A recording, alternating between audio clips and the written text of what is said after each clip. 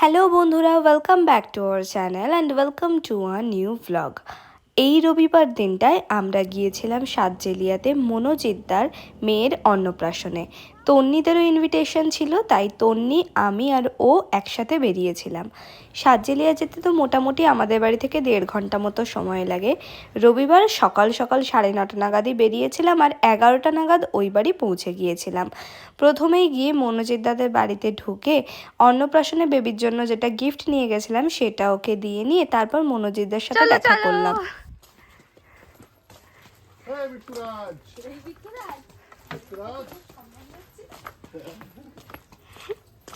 ওই চেনা লোকের গায়ে আবার কি গন্ধ শোকো তুমি? হ্যাঁ, আর কি আছে দেখি তো। প্রিয় প্রিয় খাবার ঠিক আছে, একটা আদর করো তোমাকে। এতক্ষণ যাকে দেখলে সেটা ইন্দ্রদার ছোট মেয়ে। আমরা তো গেলে ইন্দ্রদাদের বাড়িতেই থাকি, আর ও অপেক্ষা করে থাকে আন্টি কখন আসবে, আন্টি কি কি নিয়ে আসছে ওর জন্য, এগুলোর জন্য। তুমি সেজে নাও, তুমি ভালো বাচ্চা, তুমি তো কাঁদছো না, লক্ষ্মী বাচ্চা। দেখি দেখি দেখি দেখি দেখি, তুমি তাকিয়ে তাকিয়ে দেখছো, তুমি আমার দিকে চোখে চোখে তাকিয়েছো। কাঁদে না তো, একদম তুমি চোখে চোখে তাকিয়েছো বাবু। তোমাকে কোলে নেওয়ার জন্য একজন হিংসায় আমার উপর রেগে যাচ্ছে, কিন্তু এবারে তুমি সেটা বুঝতে পারছো। আমি আর পুচু গিয়েছিলাম শ্যামল দাদার বাড়িতে। বাচ্চাটা কি মিষ্টি, কত আদর করেছি দুজনে মিলে। এরপর ইন্দ্রদার মেয়ে, বউ, ছোটু, তন্নি সবাই মিলে আমরা চলে গিয়েছিলাম ওই বাড়ি খাওয়া দাওয়ার জন্য। ছোটু তো সাতজেলিয়াতে নাচ শেখাতে আসে, ওই জন্য ও সেদিন সকালে ওখানে ক্লাস করানোর পরে আমি বলেছিলাম একেবারে সোজা আমাদের সাথে মিট করে নেবে, ও তাই করেছিল। ওর একটু তাড়াতাড়ি ফিরতে হতো, কারণ ওরা আবার ফিরে মনমথনগরে নাচের ক্লাস ছিল। সেজন্য প্রথম ব্যাচেই ও খাওয়া দাওয়া করলো আর ওকে আমি দিয়ে গেলাম ভ্যান স্ট্যান্ডে। আমার জন্য এনেছিস? দে, থ্যাংক ইউ। তার মধ্যে আবার ইন্দ্রদার মেয়ে কোথা থেকে একটা ফুল নিয়ে হাজির হয়েছে। ও যে আমায় কী ভালোবাসে কি বলবো। তারপর আমরাও চলে গিয়েছিলাম খাওয়া দাওয়ার ওখানে। তারপর দেখতে পেলাম মনোজিৎদা একেবারে পাঞ্জাবি পরে রেডি হয়ে এসেছে। প্রথমেই পাতে পড়লো সাদা ভাত, এরপর আসলো পটল চিংড়ি আর তরকারিটা জাস্ট অসাধারণ হয়েছিল।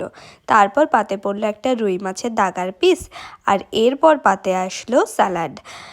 এরপর যেটা এসেছিলো সেটা হলো চিকেন, আর এত ভালো হয়েছিল চিকেনটা যে এখন আমার ভয়েস ওভার দিতে গিয়ে জিভে জল আসছে। চাটনি, পাঁপড় আর সব শেষে খেলাম মিষ্টি আর পায়েস। সব রান্নাগুলোই খুব ভালো হয়েছিল। খাওয়া দাওয়া কমপ্লিট, খুব ভালো অ্যারেঞ্জমেন্ট ছিল, মানে সব কটা রান্না এত ভালো হয়েছে, আর মাংসটা স্পেশালি ভীষণ ভালো খেতে হয়েছে। দারুণ খাওয়া দাওয়া হয়েছে। এবার একটু এদিক ওদিক ঘোরাঘুরি করে আবার ইন্দ্রদাদের বাড়িতে যাবো।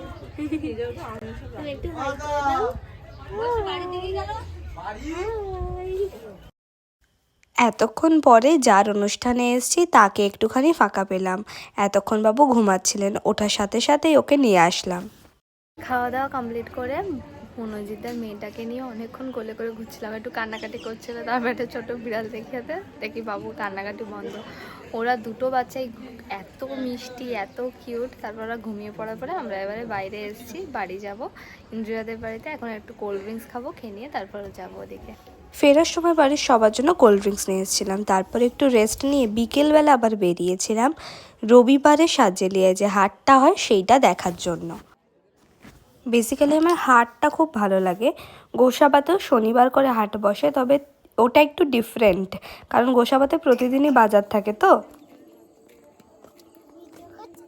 হ্যাঁ, ইউটিউবে দিয়ে দেবো। হ্যাঁ, তাহলে তোকেও দেখতে পাবি তুই। শুনতে পেলে তো, ও কিন্তু আমার ভিডিও করার ভীষণ সঙ্গী। সব সময় কোনো একটা ভালো জায়গায় গেলে আমাকে বলে তুমি একটু ভিডিও করে নাও। এখানে আসলে না আমার বাড়ি ফিরতে ইচ্ছে করে না, আর এখনও আমাকে এতটা মায়া বেঁধে ফেলেছে, এখন এখানে আসলে বেশি মন খারাপ হয়। ও নাচ শিখতে গেছিলো, ওখান থেকে ফিরেই আমাকে নিতে আবার বাজারে চলে গিয়েছে।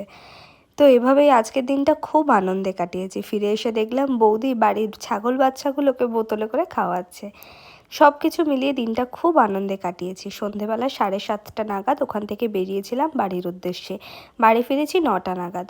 তোমরা জানিও ব্লগটা কেমন লাগলো। ভালো লাগলে অবশ্যই আমার চ্যানেলটাকে সাবস্ক্রাইব করে আমার পাশে থেকো। দেখা হবে এরকম নতুন নতুন ভিডিও নিয়ে। ফেরার পথে বৌদি আবার এক ব্যাগ সবজি দিয়ে দিয়েছিল বাড়ি থেকে। মনে হচ্ছে মোটামুটি অনেক দিন বাড়িতে বাজার করতে হবে না। তবে মনে হচ্ছে বাচ্চাটা টানে আবারও আসতে হবে কদিন পর।